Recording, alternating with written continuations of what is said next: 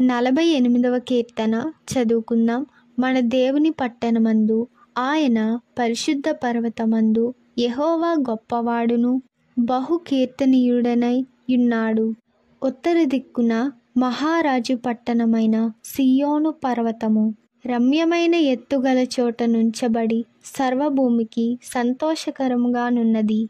దాని నగరులలో దేవుడు ఆశ్రయముగా ప్రత్యక్షమగుచున్నాడు. రాజులు కూడిరి, వారు ఏకముగా కూడి వచ్చిరి. వారు దాని చూచిన వెంటనే ఆశ్చర్యపడిరి, భ్రమపడి త్వరగా వెళ్ళిపోయిరి. వారచ్చట నుండగా వణుకును ప్రసవించు స్త్రీ వేదనయు వారిని పట్టెను.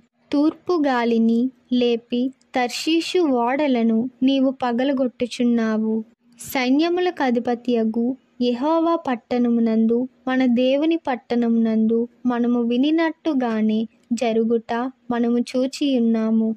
దేవుడు నిత్యముగా దానిని స్థిరపరిచియున్నాడు. దేవా, మేము నీ ఆలయమునందు నీ కృపను ధ్యానించితిమి. దేవా, నీ నామము ఎంత గొప్పదో, నీ కీర్తియు భూదిగంతముల వరకు అంత గొప్పది. నీ కుడి చెయ్యి నీతితో నిండి ఉన్నది. నీ న్యాయ విధులను బట్టి సియోను పర్వతము సంతోషించునుగాక.